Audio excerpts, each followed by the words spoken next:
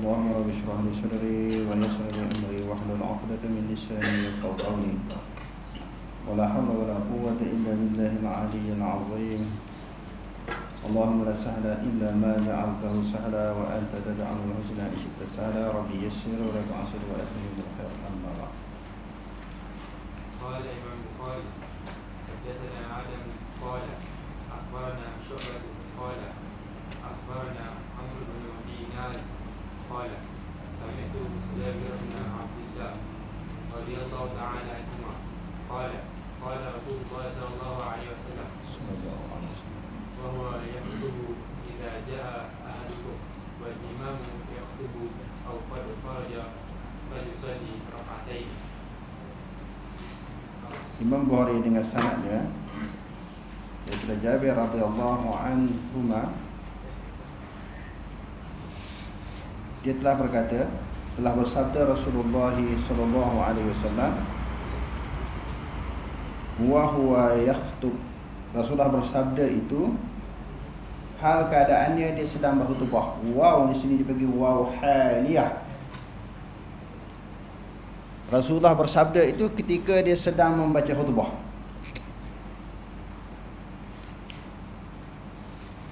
Apa yang Rasulullah sebut di dalam hadis ketika dia membaca khutbah itu, apabila datang mana-mana orang daripada kalangan kamu sedangkan imam sedang berkhutbah, ataupun dia datang daripada rumahnya, imam keluar daripada rumah untuk pergi menunaikan sembahyang, maka kalau imam keluar daripada rumah belum sembahyang lagi lah, belum sembahyang lagi. Sama ada imam sedang berkhutbah ataupun imam keluar daripada rumah untuk pergi ke masjid membaca khutbah, hendaklah dia sembahyang sunat 2 rakaat. Kita dah baca pada pelajaran kita yang lalu sunat apa? Sunat tahiyatul masjid. Dia ada hadis yang lain, hadis yang diriwayatkan oleh Imam Bukhari, Imam Muslim, Imam Tirmizi, Nasa'i, Ibnu Majah dan sebagainya. Nabi SAW bersabda, "Idza dakhala ahadukumul masjida fala yajlis hatta yusalli raka'ataini." Apabila mana-mana orang pergi masuk dalam masjid, dia jangan duduk sehingga dia menunaikan sembahyang sunat 2 rakaat. Sebahagian daripada ulama kata wajib, yakni ahlu zahir. Ibn Hazm al-Andalusi, Daud az-Zahiri, sebab Rasulullah kata jangan dia duduk melainkan setelah dia menunaikan sembahyang sunat tahiyatul masjid 2 rakaat. Jadi sunat tahiyatul masjid ini adalah merupakan sunat yang sangat dituntut, walaupun di dalam waktu karahah. Waktu karahah yang dilarang selepas subuh, sebelum masuk waktu duha, matahari tengah rambang sebelum masuk waktu zuhur, terbenamnya lepas asar sebelum terbenamnya matahari. Kalau dia sembahyang itu, sembahyang waktu karahah, waktu tegahan itu sembahyang yang bersebab. Kita dah sebut dalam pelajaran kita yang lepas.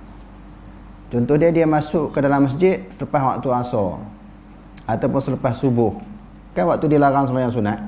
Dia masuk tu ada tujuan lain. Jam dia tertinggal ke dalam masjid, handphone dia tertinggal. Dia masuk tu dalam waktu karahah, waktu larangan. Dan dia sunat juga dia sembahyang sunat tahiyatul masjid. Berdasarkan kepada umum hadis ini, apabila mana-mana orang masuk ke dalam masjid, dia jangan duduk melainkan dia sembahyang sunat 2 rakaat. Dalam hadis yang lepas kita telah baca tentang Rasulullah sallallahu alaihi wasallam. Dia melihat seorang sahabat duduk ketika dia sedang membaca khutbah. Rasulullah kata, bangun. Ada hadis dia tanya, kamu sembahyang ke belum? Dia kata belum lagi. Bangun sembahyang, sembahyang 2 rakaat. Jadi sembahyang 2 rakaat ini, kalau sekiranya imam sedang membaca khutbah, dia suruh ringkaskan. Maknanya baca yang penting-penting, yang wajib-wajib je. Okey, terus. Qala Imam Bukhari haddatsana Abu Nu'aim qala haddatsana Shaykh qala sami'tu Mujahidan yaqulu utiya ibn Umar radhiyallahu ta'ala anhuma في منزله فقيل له هذا رسول الله صلى الله عليه صلى وسلم الله عليه وسلم قد دخل الكعبة. قال فأقبلت فأجد رسول الله صلى الله عليه وسلم قد خرج وأجد بلالا عند الباب قائما فقلت يا بلال أصلى رسول الله صلى الله عليه وسلم في الكعبة قال نعم. قلت فأين؟ قال بين هاتين الأسطوانتين. Okey, Imam Bukhari dengan sanadnya, Saif kata, aku telah mendengar Mujahid berkata, didatangkan kepada Ibnu Umar. Ibnu Umar ni Abdullah bin Umar, anak kepada siapa? Sayyidina Umar radhiyallahu anhuma. Dia didatangi, Ibnu Umar didatangi oleh tetamu ke rumah dia. Lalu dikatakan bagi Ibnu Umar, ini Rasulullah SAW, dia sesungguhnya dia telah masuk ke dalam Kaabah. Ibnu Umar kata, aku datang bertemu dengan dia, maka aku dapati Rasulullah SAW dia keluar, dan aku dapati Bilal. Setelah dia masuk, Ibnu Umar dia bertemu dengan Rasulullah masuk dalam Kaabah, Rasulullah keluar semula. Tiba-tiba dia nampak Bilal berada di sisi pintu, di tepi pintu. Lalu Ibnu Umar tanya, faqultu ya Bilal, as-salla Rasulullah sallallahu alaihi wasallam. Dia kata, adakah Rasulullah sembahyang dalam Kaabah? Jadi Bilal kata, ya. Di mana dia sembahyang? Di antara dua tiang. Di sini nak menunjukkan apa? Bila kita sembahyang, dada kita kena menghadap ke mana? Kiblat kan? Kiblat tu Kaabah ya. Kiblat tu Kaabah. Tapi kalau dah masuk dalam Kaabah ni, kita nak tala ke mana? Kalau kita sembahyang di luar, boleh lah 4 penjuru tu kan, mana-mana pun tak apa. Bagi orang yang berhadapan dengan Kaabah, dia wajib nampak. Sebab Kaabah tu duduk depan, dia wajib secara pasti, bukan secara zon. Biar orang duduk dekat dengan Kaabah tu, dada dia menghadap ke Kaabah. Ada pun orang yang jauh daripada Kaabah, maka dia menghadap Kaabah secara zon. Apa makna zon? Berat sangkaan. Contohnya kita sembahyang di sini, di sekolah kita ni, ataupun di Malaysia lah kan. Pastikah betul kiblat sana sekarang kan? Betul ke dada kita 100% mengalah ke Kaabah ni? Secara pasti ke?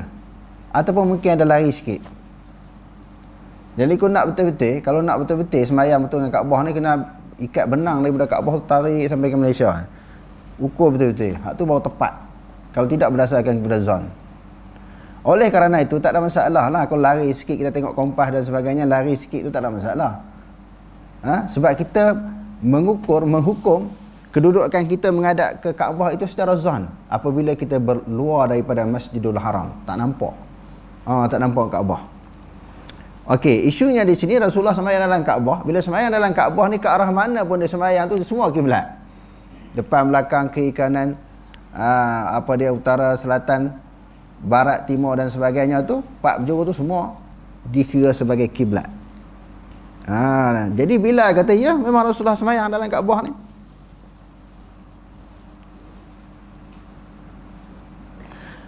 Kemudian dia sembahyang 2 rakaat di luar Kaabah pula. Di luar Kaabah. Jadi isunya di sini, di dalam boleh, di luar apatah lagi memang boleh kita sembahyang. Tapi syaratnya mesti menghadapkan dada ke kiblat. Kiblat itu adalah Kaabah. Okey, terus. Qala Abu Abdillah, qala Abu Hurairah radhiyallahu anhu, awsani an-nabiy barakati ad-duha. Wa qala itbanu qada alayya Rasulullah sallallahu alaihi wasallam wa Abu Bakr wa Umar radhiyallahu ta'ala anhuma ba'dama imtadda an-naharu wa safafna wara'ahu faraka'a rak'atain. Abu Abdillah berkata bahawa Abu Hurairah berkata Nabi SAW memberi wasiat kepadaku berupa 2 rakaat solat duha. Dia ada dalam satu riwayat yang lain yang lebih panjang, awsani khalili bi thalathin. telah mewasiatkan oleh kekasihku kepadaku. Siapa dia kekasih Abu Hurairah? Adalah Nabi SAW dengan 3 perkara. Jadi Abu Hurairah kata Rasulullah wasiat kepada aku 3 perkara jangan tinggal. Yang pertamanya sunat duha. Yang keduanya apa dia? Isnin Khamis. Yang ketiganya witir sebelum tidur. Ini disebut di dalam riwayat yang lain. Jadi hadis-hadis yang berkaitan dengan sunat duha ini, dia ada beberapa hadis.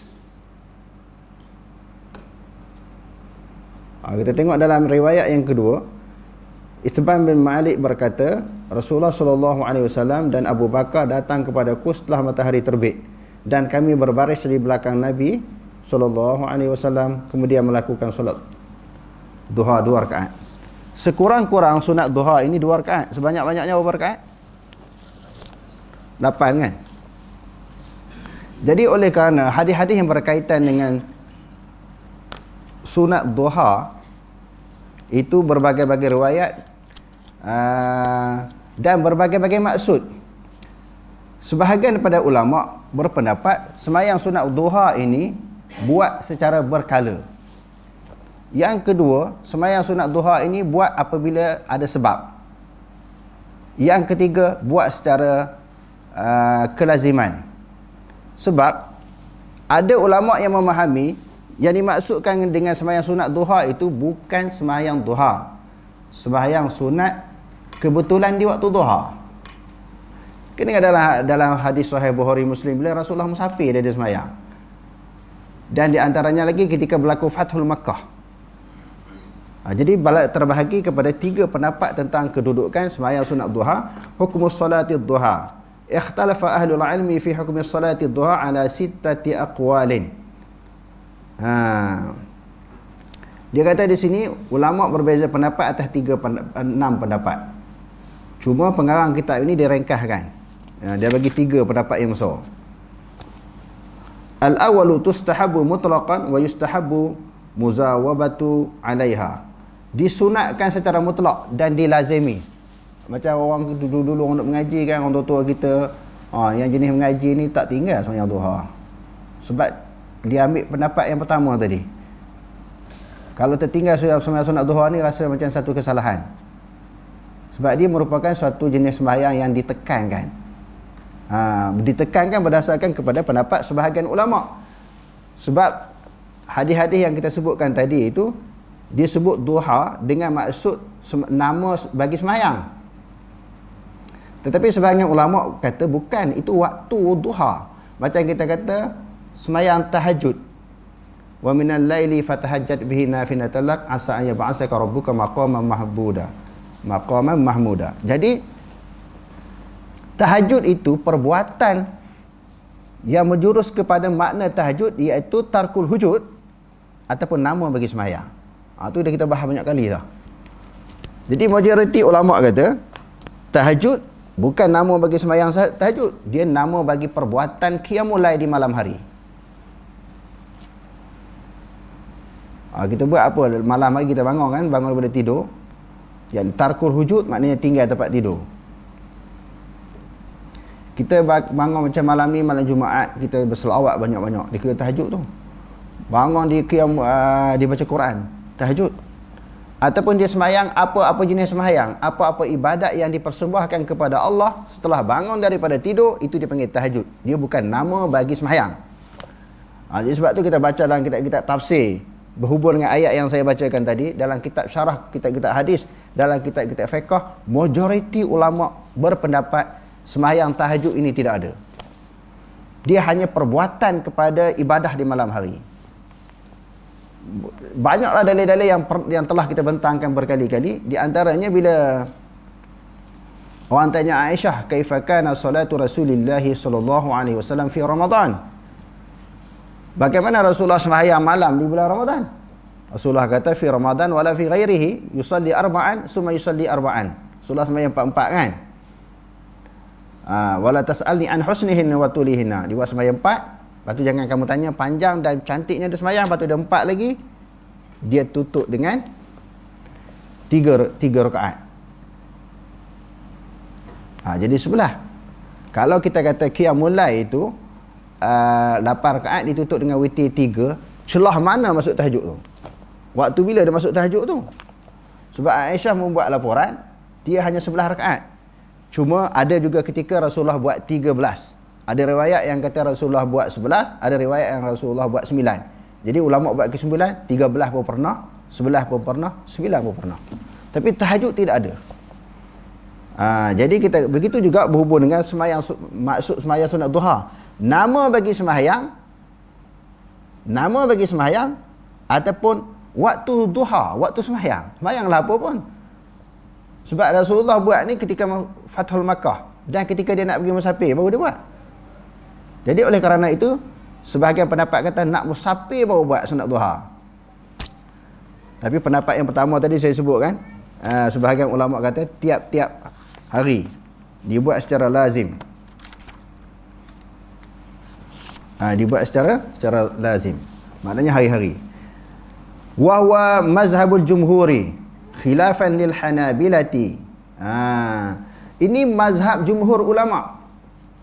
Majoriti ulama dia kata, kebanyakan ulama ini maka sunat duha itu disunatkan secara berterusan. Banyaklah dalil-dalil yang dia kemukakan. Di antaranya umumul hadisil al-mutaqaddimati fi fadlis salatid duha. Khususan hadisu yusbihu ala kulli sulami min ahadikum sadaqatun. Itu di antara hadis-hadis yang diambil oleh golongan ulama yang kata sunat buat hari-hari. Dan yang kedua hadisu Abi Hurairah qala awsani khalili bi thalasin siyamu thalathati ayamin min kulli syahrin. Bukan apa dia? Saya perbetulkan yang saya sebut tadi Isnin Khamis, bukan Isnin Khamis. Sebulan 3 hari. Sebulan 3 hari. Tadi saya sebut Senin Khamis kan? Tak. Sebulan 3 hari. Dan juga waraka'atai duha. Dan juga sembahyang sunat duha. Wa an utira qabla an arqud. Maknanya berwitir sebelum aku tidur. Ini 3 perkara ni. Okey, ini sebahagian daripada hadis-hadis yang dipegang oleh golongan pertama yang mengatakan sunat duha itu boleh dan perlu dituntut dibuat hari-hari. Wasaniyu yustahabu fi'luha taratan wa tarkuha ukhra. Pendapat yang kedua kadang-kadang buat, kadang-kadang tak buat, dia kata. Wala yuwazabu 'alaiha. Tidak maknanya buat secara lazim. Wa huwal mazhab. Ini satu pegangan indal Hanabilah, di sisi ulama-ulama Hambali. Di sisi ulama-ulama Hambali. Dia pun buat marilah beberapa riwayat daripada hadis Nabi. Tentang dia kata buat berkala. Yang ketiga, as-salisu la tushra'u illa li sababin. Pendapat yang ketiga kata buat duha ni bersebab kafawatil qiyamil laili wa nahwi. Seumpama luputnya qiyamul lail. Bila qiyamul lail tertidur, dia terjaga daripada tidur, dah masuk waktu semayang subuh, maka dia tak buat qiyamul lail, maka dia buat waktu duha. Hak tu maksudnya. Dibuat kerana sebab. Wa hadha makhtarahu Ibnul Qayyim ba'da bastil aqwali fil mas'alah. Ini dipegang oleh Ibnu Qayyim setelah dia bahas panjang. Setelah dia bahas panjang, dia kata kalau bersebab baru buat. Kalau bersebab baru buat. Kalau tak ada sebab tadi di antara sebab apa dia? Tertinggal qiyamul lail. Lepas tu buat di waktu duha. Sebab kerana selepas sembahyang subuh tak boleh sembahyang sunat kan? Tak ada sembahyang sunat. Lepas tu buat waktu duha. Buat waktu duha tu kerana macam qada qiyamul lail, bukan sembahyang sunat duha. Ini Ibnu Qayyim bahas dengan panjang pegangan dia ini kenapa tidak dibuat selalu. Wa hatajal qailu nabihi bi anna nabiy sallallahu alaihi wasallam lam yaf'alha illa bisababin. Di antara hujahnya Nabi buat kerana bersebab. Nabi pergi musafir, berlaku Fathul Makkah, masa tu Nabi buat. Kata Ibnul Qayyim, wattafaqa wuqu'uha waqta ad-duha wa ta'addadat asbabu. Berlaku pula yang Nabi sembahyang tu kebetulan waktu duha. Macam dalam Sahih Bukhari kan, Rasulullah sembahyang ketika anak unta bangun daripada tidur kerana kepanasan. Masa tu Nabi sembahyang. Bila unta tidur, termasuklah anak unta ni, dia tak tahan panas. Kalau ibu dia, bapak dia tidur sampai tengah hari tak apa. Macam kamu cuti kan, tidur sampai tengah hari. Itu bapak unta. Kalau anak unta, dia bangun awal. Anak unta ni dia tak tahan panas. Jadi bila pancaran matahari di waktu duha, dia pun bingkah bangun. Nabi semayang waktu tu. Bila Nabi semayang waktu tu yang ada andaian ulama kata dia semayang sunat duha. Waktu duha. Ibn Qayyim kata tak, dia semayang waktu duha tapi bukan semayang sunat duha. Boleh jadi juga dia semayang musafir sebab dia nak pergi musafir, ataupun kadang-kadang dia balik daripada musafir. Di sini 3 pendapat ulama tentang semayang sunat duha. Jadi terpulanglah kita nak pegang yang mana satu. Jangan tak buat aja. Macam dekat Ramadan orang duk kelahi 20 ke 8. Apa dia terawih, tiba-tiba suruh buat apa, ayah sangat orang duk kelahi kan. Jadi buatlah, sama ada nak buat berkala atau buat kerana sebab, iaitu ketika musafir ataupun terlepas daripada qiyamul lail, ataupun nak buat tiap-tiap hari. Tetapi jumhur ulama pegang tiap-tiap hari ada. Disunatkan sembahyang sunat duha. Tiap-tiap hari.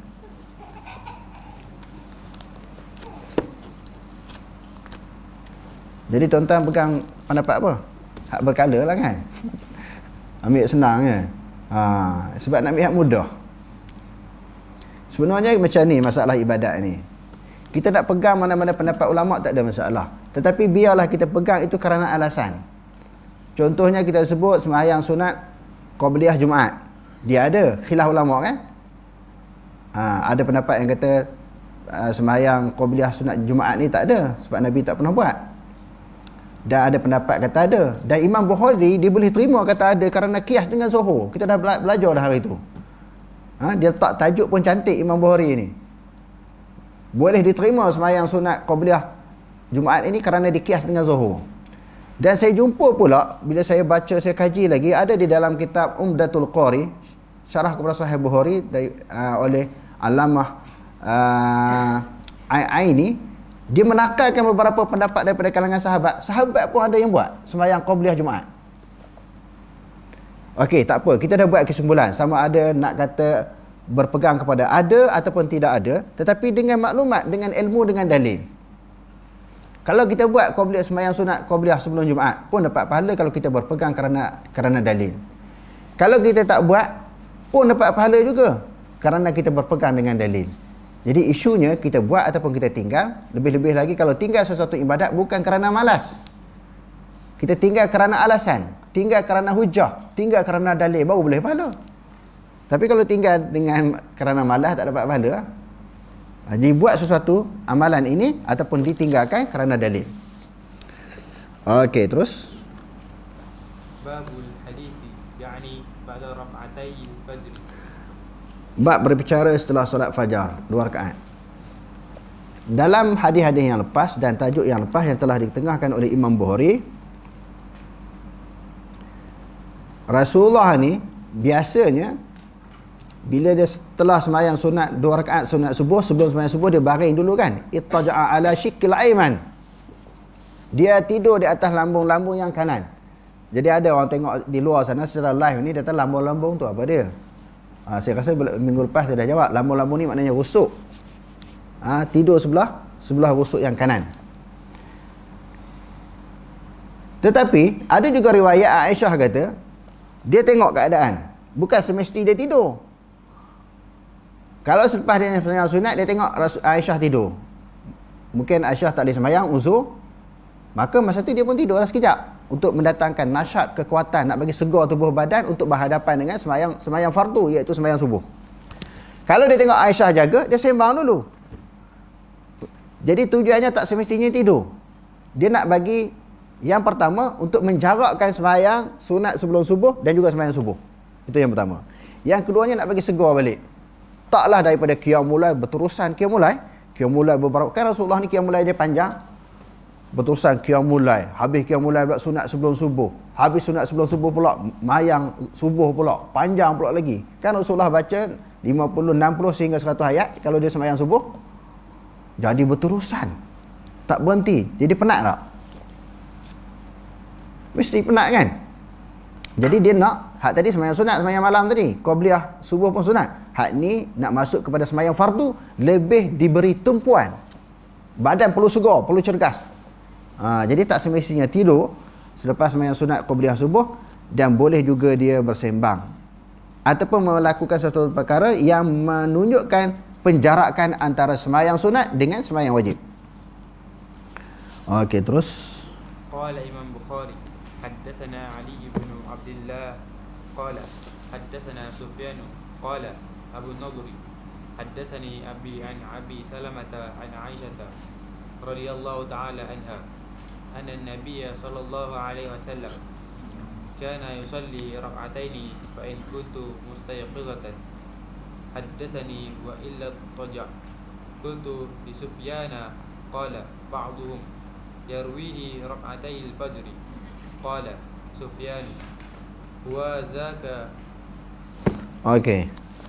Jadi Imam Bukhari dengan sanadnya menyebut Aisyah kata bahawasanya Nabi SAW apabila dia sembahyang sunat 2 rakaat, sunat apa tadi? Qabliyah subuh kan? Apabila aku terjaga, dia haddasani, dia bersembang dengan aku. Dia bersembang dengan aku. Maknanya menunjukkan apa? Tak semestinya tidur. Wa illa ittaja'a. Kalau dia tengok aku tidur, aku tak jaga lagi, dia pun baring sekejap. Untuk menjarakkan antara sembahyang sunat dan juga sembahyang wajib, dan untuk mendatangkan kekuatan di dalam dia nak berhadapan dengan sembahyang yang wajib. Wallahu a'lam. Aqulu qawli hadza wa astaghfirullahal azim li wa lakum. Wassalamualaikum warahmatullahi taala wabarakatuh.